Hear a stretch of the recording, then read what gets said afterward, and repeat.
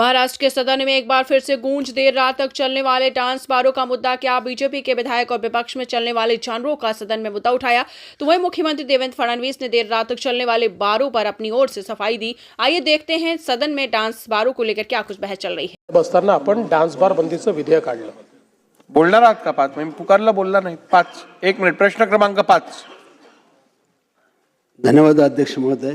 अध्यक्ष महोदय, dance bar राज्यातला विषय आहे। एक उदाहरण सांगतो मी। सोलापूरला प्रश्न फक्त पुकारा एकदा बापू। प्रश्न क्रमांक 23,392। मंत्री महोदय, वितरित केल्याप्रमाणे अध्यक्ष महोदय, हा याच्याशी निगडीत प्रश्न आहे। डान्स बारचा प्रश्न आहे। सोलापूरच्या आयुक्त कार्यालयात मी व्हिडिओ पाठवला, डान्स बार कसा चालतोय, अवैध कसा चालतोय। तो व्हिडिओ घेऊन CP ऑफिसच्या कार्यालयातून अधिकारी पाठवतात। डान्स बारमधून सर्वजण बाहेर येताना दिसत आहेत, पण कारवाई मात्र कुठली होत नाही। मला असं वाटतं या घटनेचं आपण चौकशी कराल का? व्हिडिओ पाहिजे असेल तर मी व्हिडिओ सुद्धा देतो सर, परंतु पोलिसाच्या संरक्षणावरतीच हे डान्स बार चालतात आणि म्हणून ह्या प्रकरणाची चौकशी करणार का? अध्यक्ष महोदय, माननीय सदस्य सुभाष बाबू देशमुख यांनी उपस्थित केलेल्या प्रश्नाच्या अनुषंगाने सभागृहाला माहिती देऊ इच्छितो की राज्यामध्ये ज्या शहरांमध्ये जे काही ऑर्केस्ट्रा बार सुरू आहे त्या न्यायालयाने जे काही आपल्याला फ्रेमवर्क तयार करून दिलं, नियम तयार करून दिलं, त्याच अनुषंगाने त्या ठिकाणी लायसन्स देण्यात आलेले आहे। परंतु असं असताना देखील काही ठिकाणी ह्या नियमांची पायमल्ली करून, नियम तोडून काही ठिकाणी वेगळे प्रकार त्या ठिकाणी चालतात। यानंतर शासनाने असा निर्णय घेतलेला आहे की या पद्धतीनं एकदा, दोनदा आणि जास्तीत जास्त 3दा जर का अशा पद्धतीचे नियम तोडले गेले तर तातडीनं त्या ऑर्केस्ट्रा बारची परवानगी त्या ठिकाणी कायमस्वरूपी रद्द करण्यात येईल। प्रश्न क्रमांक 6। अध्यक्ष महोदय, ग्रामीण दक्षिणला सुद्धा कंदलगाव परिसरामध्ये सुद्धा आपण दिलेला आहे, पण ह्याच्यापेक्षा जास्त डान्स बार आहेत। ह्याची जरा चौकशी करून त्याच्यावर कारवाई करणार का? मान्य सदस्यांनी जी मागणी केली आहे त्या संदर्भात सखोल चौकशी करून जे जे याच्यामध्ये दोषी आढळतील किंवा अशा पद्धतीच्या काही तिथे प्रकार सुरू असतील तर त्याच्यावर कारवाई करण्यात येईल। अध्यक्ष महोदय, मंत्री महोदयाने लिखित उत्तर दिलेलं आहे, ते तोंडी उत्तर दिलेलं आहे, ते कारवाई करू वगैरे वगैरे हे नेहमीचीच उत्तर असतात, त्यात काही नवीन नाही। पण मंत्री महोदय, आपल्याला आता मुंबईमध्ये कुठे काय डान्स बार वगैरे आहेत ते माझ्या आयुष्यात कधी मी बघितले नाहीत, परंतु तुम्ही रात्रीच्या वेळेला एकदा पनवेलला जा आणि दिवसाचे एकदा जाऊन बघा। दिवसाचे संपूर्णपणे अध्यक्ष महोदय ते सगळे धाबे, ते बार, ते हॉटेल्स पूर्णपणे बंद असतात। एकही हॉटेल उघडं नाही। परंतु पनवेलच्या बाजूने मुख्यमंत्री महोदय तुम्ही रात्रीचा प्रवास करून बघा। हा रात्रीचा प्रवास करत असताना आत बाहेर कुठे जायची गरज नाही, मेन हायवेतच मी बोलतोय। दोन्ही बाजूने इतक्या सगळा नुसता लखलखाट, ते संपूर्णपणे लाइटिंग, तो सगळा आवाज, ते सगळं पब्लिक, हे रस्त्यावर कुठल्या प्रकारचा ऑर्केस्ट्रा बघायला येतं मंत्री महोदय? त्या ठिकाणी कुठलाही ऑर्केस्ट्रा नाही, तर लेडीज बारच त्या ठिकाणी चालतात, डान्स बारच चालतात। हे खात्रीपूर्वक, आता तुमच्यातला कोणतरी लगेच म्हणेल तुला कसा काय माहिती, तू गेला होतास काय?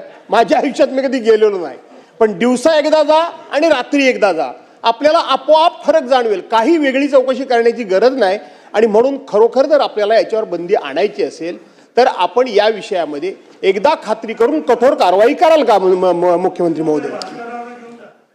नाही अध्यक्ष महोदय, आपल्याला कल्पना आहे की या राज्याच्या विधानसभेमध्ये माननीय RR पाटील साहेब असताना आपण डान्स बार बंदीचं विधेयक काढलं आणि आपण डान्स बार बंदी केली। त्यानंतर सर्वोच्च न्यायालयाने ते आपलं विधेयक हे निरस्त केलं। ते निरस्त केल्यानंतर मी मुख्यमंत्री असताना पुन्हा आपण नव्याने विधेयक काढलं आणि पुन्हा डान्स बार बंदी केली।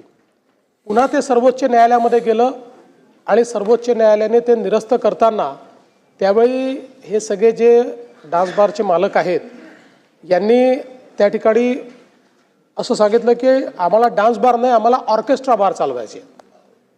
मग सर्वोच्च न्यायालयाने त्या संदर्भात आपल्याला निर्देश दिल्यानंतर आपण अत्यंत कडक अशा प्रकारच्या अटी शर्तीचा पुन्हा कायदा केला, ज्या कायद्यामध्ये ही जागा वेगळी असेल, इथे अल्कोहोल विकता येणार नाही, त्याच्यामध्ये पार्टिशन करावं लागेल, अशा सगळ्याचा कायदा आपण केला. पुन्हा सर्वोच्च न्यायालयाने तोही कायदा आपला निरस्त केला. पुन्हा आपण नव्याने काही नियम केले आणि ते नियम त्यानंतर मात्र सर्वोच्च न्यायालयाने आपले नियमबाह्य केले नाही. त्यामुळे मुळात तर या सभागृहाचा जो उद्देश होता तो पूर्णपणे 100% बंद करायचाच होता. पण दुर्दैवाने सर्वोच्च न्यायालयाने हे घटनाबाह्य आहे आणि त्याच्यात त्यांना अधिकार आहे अशा सगळ्या गोष्टी केल्या. पण आता कोणालाही लायसन्स डान्स बारचा नाही, आता ऑर्केस्ट्रा बारचा लायसन्स आपल्याकडे आहे.